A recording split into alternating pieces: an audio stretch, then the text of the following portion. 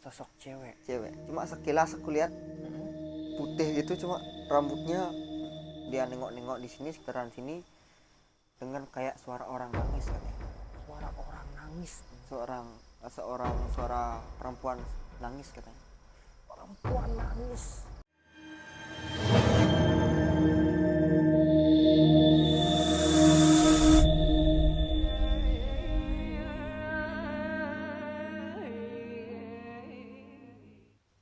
Selamat malam, sahabat tutur malam dimanapun kalian berada.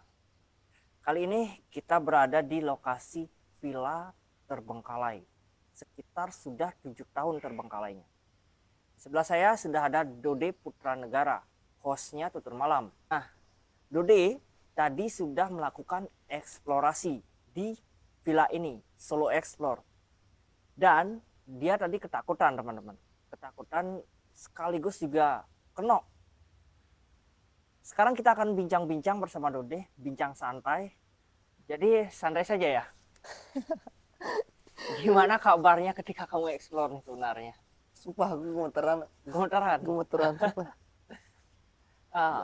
Saya rasa Dode, ketika Dode baru masuk, di sini kan ada pohon bambu ya kan? Iya. Ada beberapa pohon bambu, rumpun pohon bambu. Dode nggak melihat apa di sana? Enggak, cuma suara aja tadi. Suara? Ya, Seperti apa suara. suaranya? Seperti pernah dengar orang nebang bambu nggak? Yang pakai kapak itu Yang ya? pakai golok. Yang pakai golok ya? Tak, cetek, cetek. Di atas kan Iya. ya? Dengan ada suara kayak orang, kayak gimana ya? Kayak cowok-cowok gitu. Mm-mm. Kotak-kotak sambil ngobrol gitu. Terus waktu itu setelah Dode berjalan masuk, nah bilanglah Dode sudah di sini kan ya? Iya.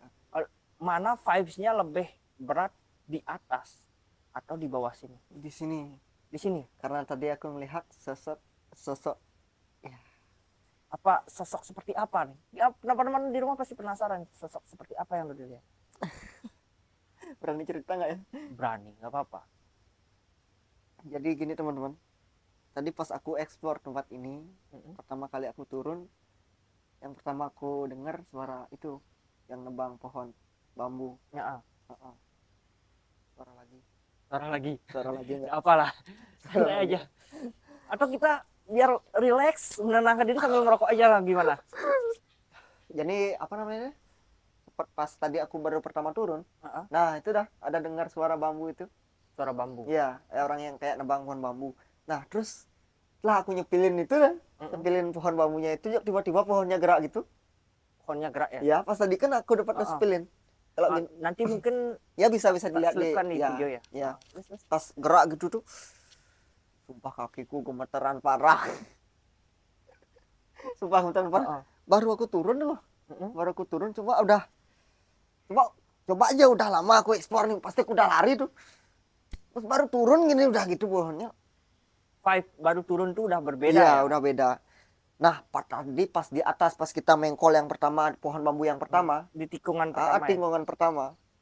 Gimana kayak rasanya masuk kita ke portal alam dimensi lain. Iya, dimensi. Wih, sumpah teman-teman. Terus waktu Dode udah masuk nih ke lokasi ini ya kan? Udah masuk ke lokasi ini, terus kayaknya Dode di sebelah mana ya? Saya rasa di sana lari apa di sini ya? Lupa saya melihat. Di sana. Di sana ya? Ya, pas aku di sini di samping kolam ini aku lihat. Apa aku bilang. sosok apa tuh yang Dode lihat? Cewek. Cewek? Iya. Cewek. Sosok cewek. Cewek. Cuma sekilas aku lihat putih gitu, cuma rambutnya gitu. Entah rambut atau apa aku nggak tahu kok. Merinding aku deh. Hitam gitu. Rambutnya hitam. Terus dia bingkai jendela tuh gitu. Nah, panik sumpah. Bayangkan ya, kita bercerita tentang apa yang dirasakan di lokasi langsung. Cuma maaf ya, mungkin itu halusinasi atau apa, aku kurang tahu.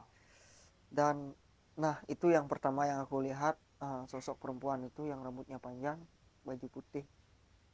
Sosok panjang. Iya. Baju putih. Iya, itu yang pertama di bingkai jendela. Apa namanya bingkai jendela? Itu yang aku lihat pertama. Di sebelah mana itu? Nih sebelah sini. sebelah sini ya. Sebelah Oke, kanan. jadi teman-teman, maaf saya potong dulu. Di sebelah bingkai itu, di bingkai jendela itu, Dode melihat sosok seperti Iya, perempuan. Miss K. Lah, bilanglah Miss K ya. Bisa dibilang gitu, Ya, Miss K. Biar kita tidak menyebutkan nama ya iya kan. benar. Kalau kita menyebutkan nama, kadang di suatu tempat kita kayak mengundang. Iya. Ya, seperti itu.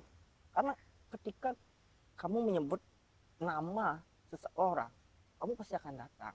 Ya kan? Umpamanya, Dode memanggil, "Ta, ada Nata di sini." Oh, Nata. Pasti dalam hatiku, kayak Dode manggil aku ya. Oh iya, benar. Ya kan? Benar. Pasti aku datang. Gitu. Benar. Apalagi beliau-beliau itu ada di sekitaran sini, Dode. Ya kan? Dia penguasa di sini. Dia ada di sini. Terus Dode bilang namanya. Pasti dia akan muncul. Walaupun tidak secara langsung ke mata batin kita, setidaknya aura-auranya dia dan interaksi-interaksinya itu pasti ada. Seperti itu. Makanya kita pakai Miska. Nah, terus lanjut Kuduk. Gak apa-apa lah, santai. Terus lanjut. Nah, dan untuk kedua kalinya sosok itu muncul di pojok, maaf, Sugro Pukulun Diki. Di sana Ya, di sebelah pojok sampai ada depannya. pohon Sampai apa namanya, pohon Kamboja. Iya, pohon Kamboja. Itu kan pas aku stay camp. Pas aku stay camp di sini, mungkin kan tadi nonton kan. Ya. Nah, nih kan pas aku stay camp nih, aku nyinter ke arah sana. Lihat, tadinya udah aku center di arah sini nggak ada apa nih. Nggak ada apa. Nggak, rasanya kayak gimana ya, kayak diliatin gitu. Kayak rame, kayak pokoknya top. Aku berusaha tenang gini. Saya center pas aku di bawah gini nih, apa nih, nyenter di arah Kamboja. Nah, kelihatan lagi sosoknya dengan Kamu datang, dia udah ada di sini. Apalagi sekarang ini malam hari ini Jumat Kliwon ya kan. Hari ini Jumat Kliwon, bukan Kajang Kliwon tapi Jumat Kliwon hari ini. Dan sekarang malamnya seperti itu. Jadi ya mereka biasa melakukan interaksi hal-hal gaib yang biasanya mereka lakukan, apalagi dengan kehadiran sosok manusia, ya kan. Nah, terus Dode tanya, apa yang Dode rasakan ketika di bawah? Kan ada di bawah, ada ruangan tadi. Benar-benar ya, yang kalau yang ruangan di bawah itu aku ngerasain vibes-nya, ngerasain auranya yang ada di sana. Ruangan itu kayaknya pusatnya berbeda lah. Ya, baru aku mencoba untuk turun, saya udah gimana ya rasanya, kayak antara yakin dan tidak yakin untuk turun. Iya, tapi aku kan tadi berusaha meyakinkan diriku sendiri untuk turun. Nah, kemudian aku turun. Pas masuk tangga pertama, kemudian ada belokan tangga yang ke bawah. Hawanya berbeda sekali, dingin sekali. Berbeda dengan hawa yang sebelumnya. Beda. Kalau di sini kan gini nih, agak hangat gini. Agak hangat. Nah, bisa deh coba rasain ke sana. Ntar ya. Ntar kita akan ke sana. Kita akan spill ruangnya untuk buat video-video. Oke. Jadi pas pertama kan tangga turun gini nih, seret ada belokan. Nah, pas tangga belokan itu rasanya udah beda, dingin. Udah dingin rasanya. Dingin. Dan sosok itu nengok, sosok di bawah, di pas samping bingkai jendela. Di bingkai jendela di bawah. Di bawah itu kan mohon maaf, ini tempat gini ya, tempat areal suci ya di bawah itu ya. Ada beji ya. Iya, benar ada beji. Ada beji ya. Iya, gini teman-teman. Jadi di bawah itu ada beji. Seperti pancoran ya teman-teman. Pancoran dan ada sumber mata air lah. Ya seperti itu. Dibilang beji itu sumber mata air. Terus gimana waktu Dode melihat itu? Di satu sisi aku takut takut kan, udah pasti. Karena tempat seperti ini itu adalah, ini merupakan tempat terbengkalai yang cukup angker ya teman-teman. Bukan di sini itu tidak ada apa-apa. Di sini penghuninya sosok K atau sosok K ya, Miska. Dan di sebelah saya ini, kolam ini, bukannya saya sok tahu atau gimana deh, Ini kan dari perasaan ya, kita berbicara tentang perasaan kalau hal-hal gaib seperti ini. Di sebelah saya ini kan ada kolam ya. Di sana seperti sosok anak-anak lah, tak bilang. Iya. Seperti itu. Ya benar-benar. Ah, Tadi kayak suara rame di sini. tadi Iya. kayak suara rame.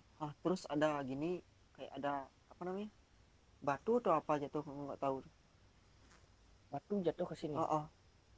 Padahal Dan di aku atas lihat sekelilingnya ini nggak ada pohon di baru atas. kita Lihat kita nggak ada lihat pohon di atas. di atas nggak ada pohon ya kan? Kalau buah jatuh nggak mungkin lah. Ya, kita positif thinking aja lah. Mungkin buah itu jatuh atau seperti apa ya kan?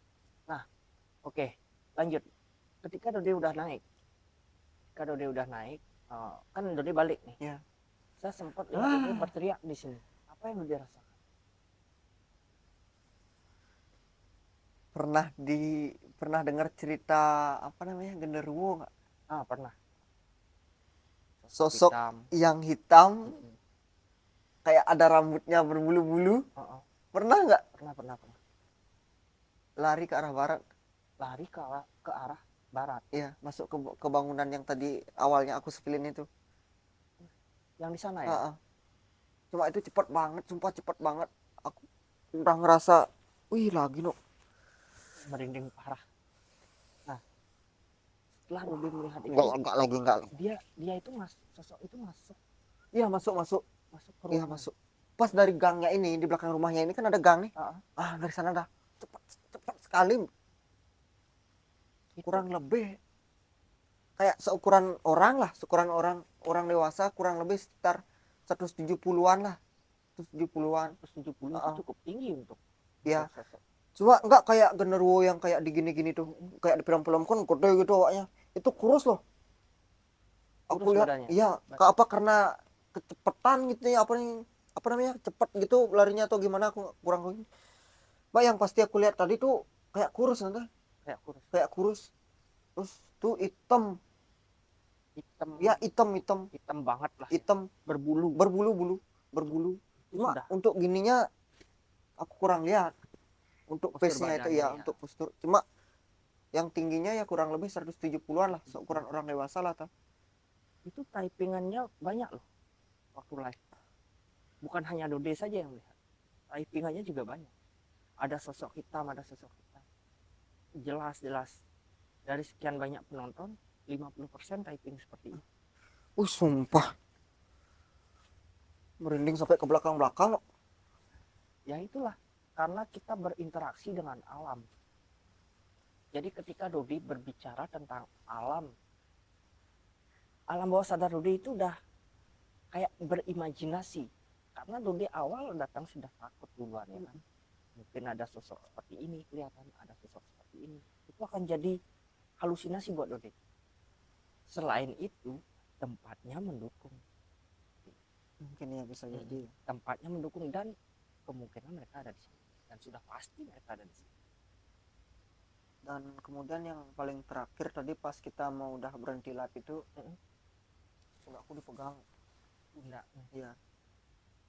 Pundakku dipegang. Aku mau apa namanya, mau manggil tim, kayak berat sekali ini.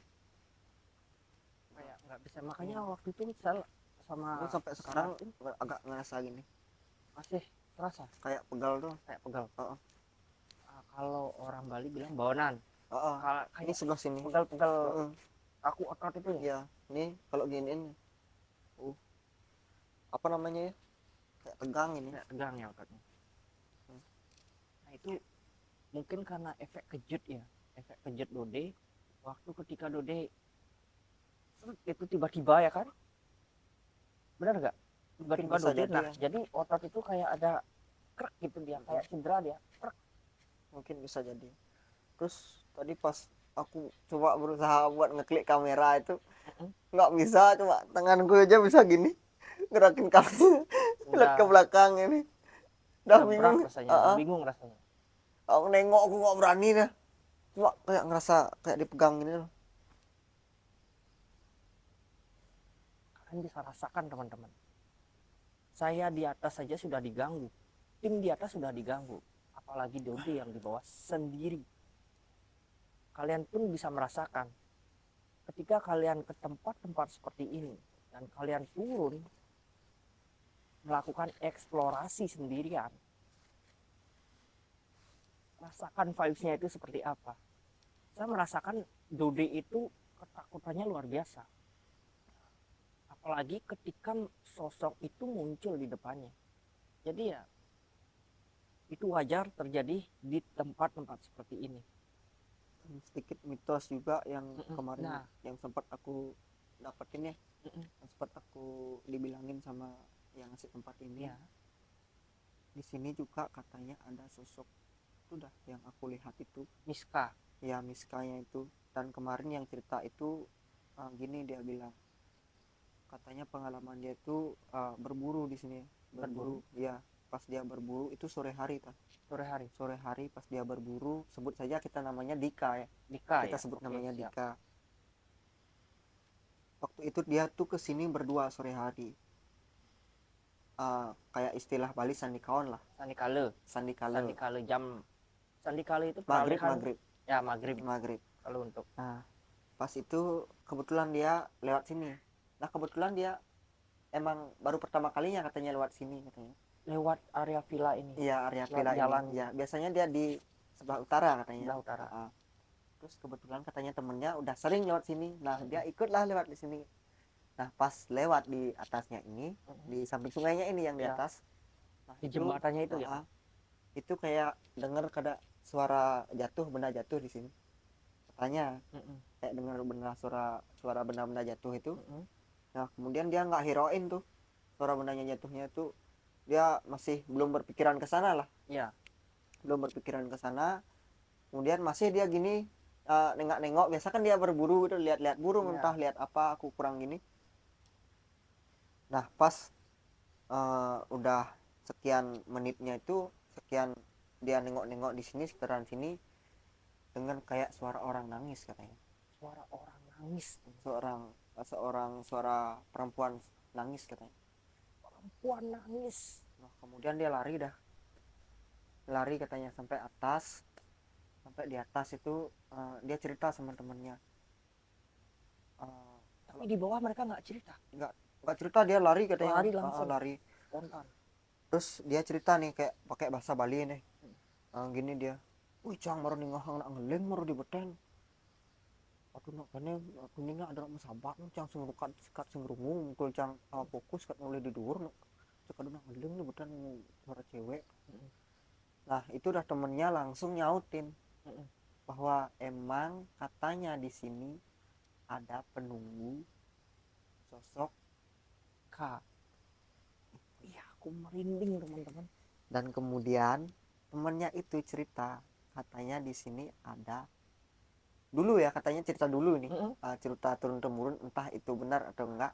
Di sini katanya dulu ada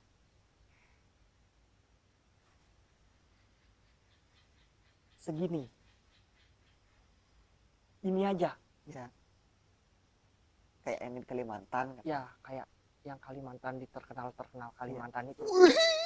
Merinding ya kan? Ini podcast yang keren teman-teman. Ini akan menjadi tema kita selanjutnya. Ketika selesai eksplor, kita akan langsung podcast di lokasi tentang mitos dan kejadian yang ada di sini.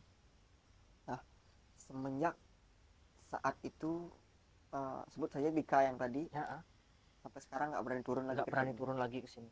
Karena itu. Dan pas kemarin aku main, kebetulan itu kan teman aku main ke rumahnya dia. Dia tahu aku explore untuk tempat-tempat ini, dah kemudian aku disaranin ke sini, coba untuk ekspor ke tempat ini. Katanya ada villa apa namanya belum merampung di bawah, karena dulu pas pembangunan villa ini juga sempat ada beberapa kendala waktu dibangunnya villa ini. Iya. Dan sempat juga terjadi sedikit insiden kecil, kayak gimana ya, kayak kerauhan kayak kesurupan ya, gitu. kesurupan. Mungkin aku nggak tahu ya, karena aku nggak berani juga, takutnya aku salah. Benar. Gimana, cuma menurut cerita yang diceritain seperti itu, jadi gitu. makanya villa ini sampai sekarang bisa kita lihat Bisa sendiri. kita lihat sendiri ya kan, keadaannya seperti ini. Bagus sekali, tapi kayak benar-benar kayak perawat ya. Kayak perawat. Kalau di sini nih ya, memang sampah banyak nih terlihat ya, tapi Bersih bersih bangunnya. sekali posisinya. Apalagi suara airnya terdengar jelas ya dari sini ya, terdengar suara sungainya. Dan sedikit informasi lagi, di bawahnya ini ada tempat suci, ada beji. Tempat suci beji ya, Beji. seperti yang kita tadi bilang. Ya. Kalau di bawah ini merupakan tempat pesiraman. Kesimpulan Dode untuk eksplor malam hari ini seperti apa? Jadi nggak bisa dipungkiri lagi ya, percaya nggak percaya, dua dunia itu ada. Percaya tidak percaya, dua dunia itu ada. Iya benar. Saat malam mungkin mereka yang punya, saat siang Ya mungkin lah kita yang sering beraktivitas ya kan. Nah, kesimpulannya Dode untuk malam ini, Dode percaya bahwa sosok itu nyata adanya. Sekian tutur malam kali ini. Terima kasih untuk Dode udah melakukan eksplorasi yang sangat mantap sekali dan juga bersedia podcast di sini. Ya.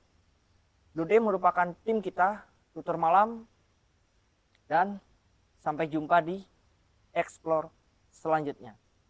Rahayu, Om Santi Santi Santi Om.